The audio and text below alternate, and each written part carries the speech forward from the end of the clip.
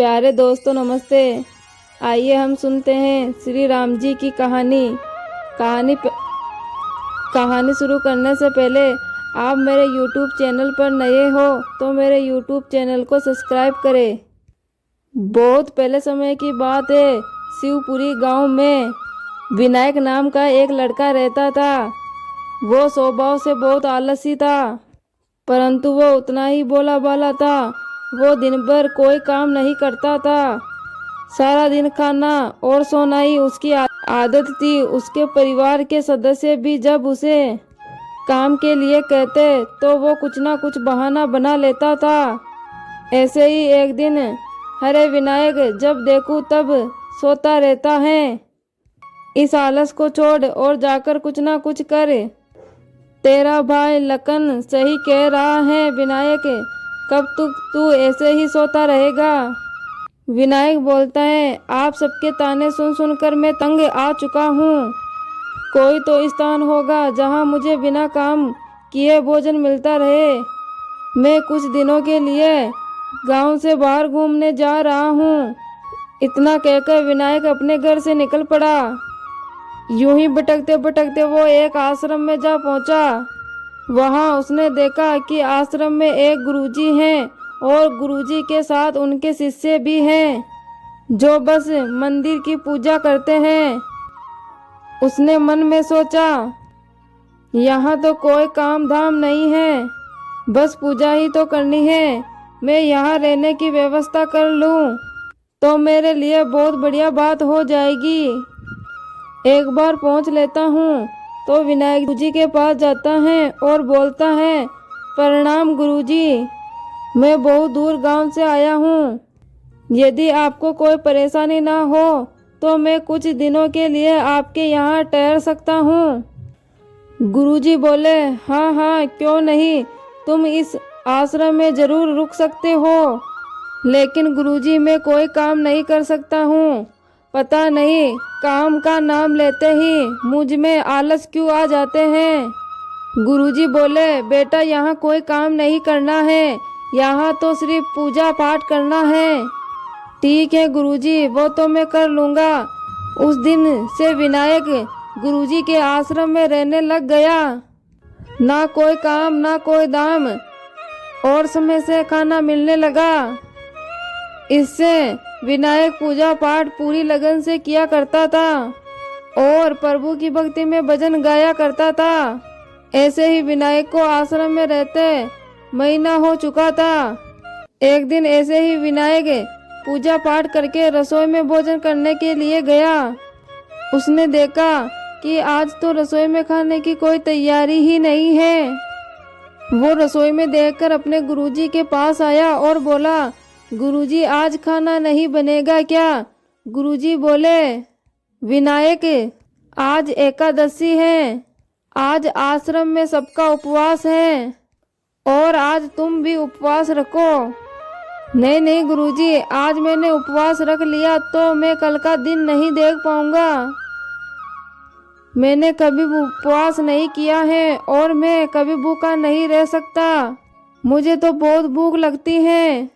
गुरुजी बोले, ठीक है विनायक, तुझे उपवास नहीं रखना तो मत रखो, पर खाना भी तुम्हारे लिए कोई और नहीं बनाएगा, तुम स्वयं बनाकर खाना खा लो। विनायक तो स्वभाव से ही बहुत आलसी था। उसे तो बस बैठकर खाने की आदत थी, पर भूख भी तो शांत करनी थी। गुरुजी की बात सुनकर गया रसोई में। लकड़ी, आटा, तेल सब सामग्री लेकर विनायक खाना बनाने बैठ गया।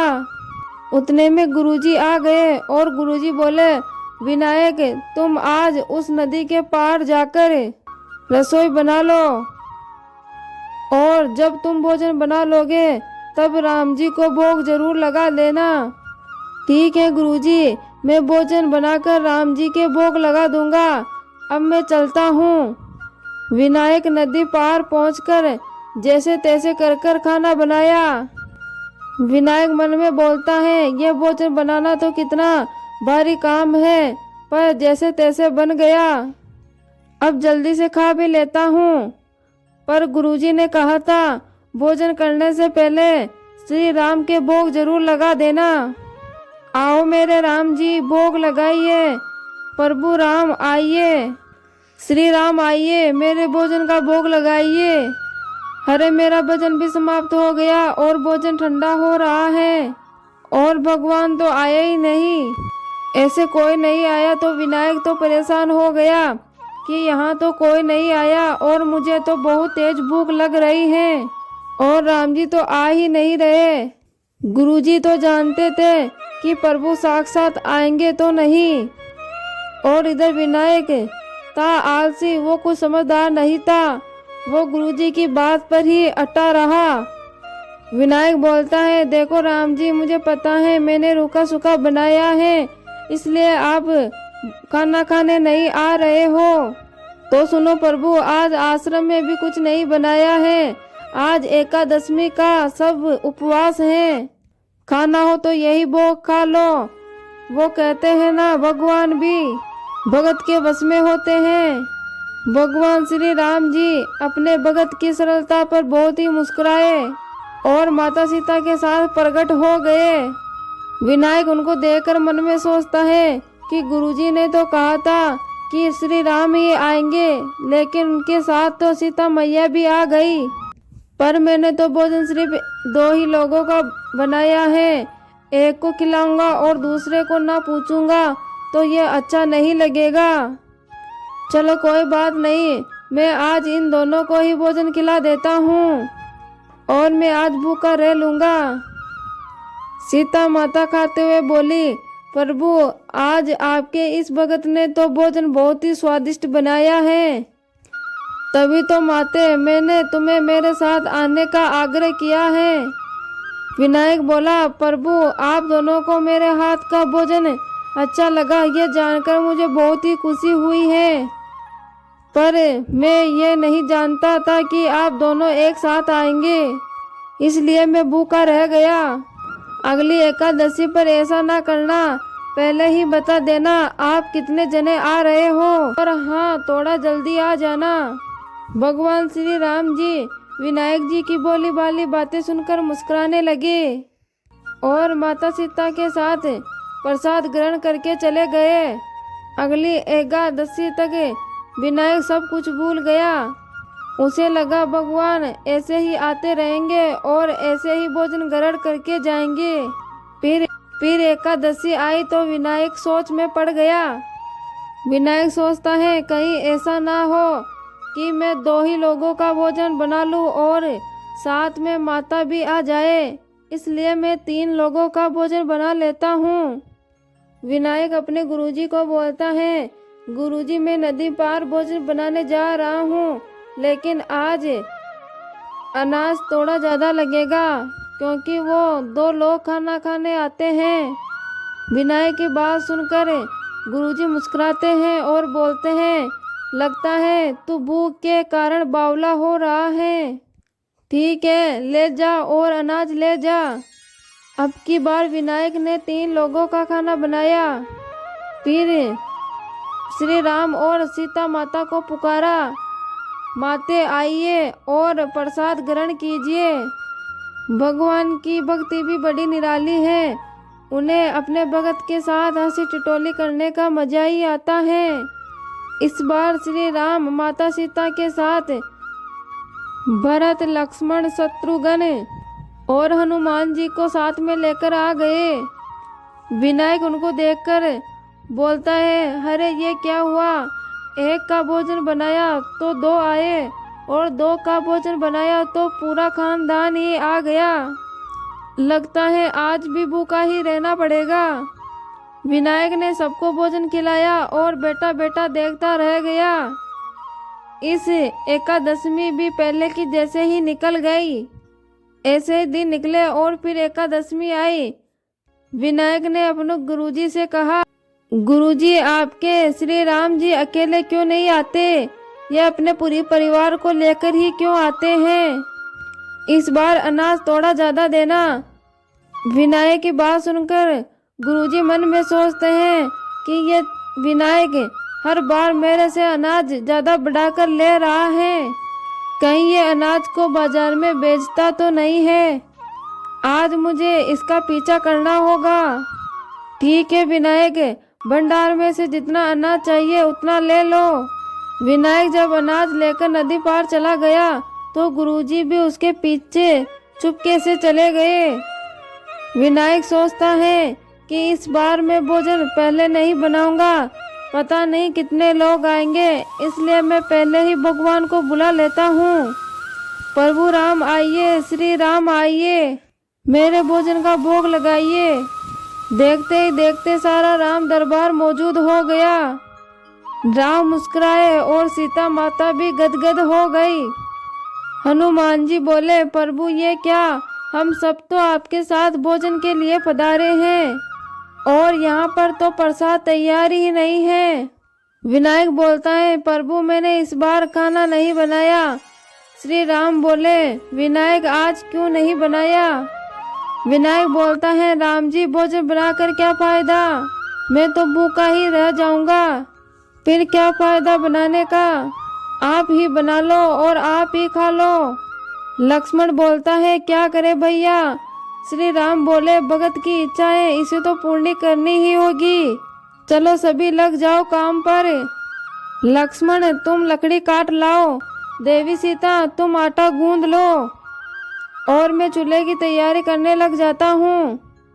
राम जी के साथ मिलकर सभी भोजन बनाने लगे। विनायक एक तरफ बैठकर देखता रहा। माता सीता जब राम जी के साथ रसोई बना रही थी, कहीं ऋषि मुनि प्रसाद लेने आने लगे। गुरुजी बोलते हैं, यहाँ तो कोई दिखाई नहीं दे रहा, ये भोजन बनाए अकेला क्यों बैठा है? विनायक बेटा क्या बात है, खाना क्यों नहीं बनाया? विनायक बोला, गुरुजी आप अचानक आप आ गए, देखो कितने लोग आते हैं श्री राम जी के साथ। गुरुजी बोले, मुझे तो यहाँ कुछ नहीं दिख रहा सिवाय तुम्हारे और इस अनाज के। विनायक बोला, एक तो इतनी मेहनत कराते हैं प्रभु और ऊपर से खाना भी बनवाते हैं और मेरे गुरुजी को दिख ही नहीं रहे, ये तो और बड़ी मुसीबत हो गई। विनायक बोलता है, राम जी आप गुरुजी को दिख क्यों नहीं रहे? राम बोला, मैं उन्हें नहीं दिख सकता।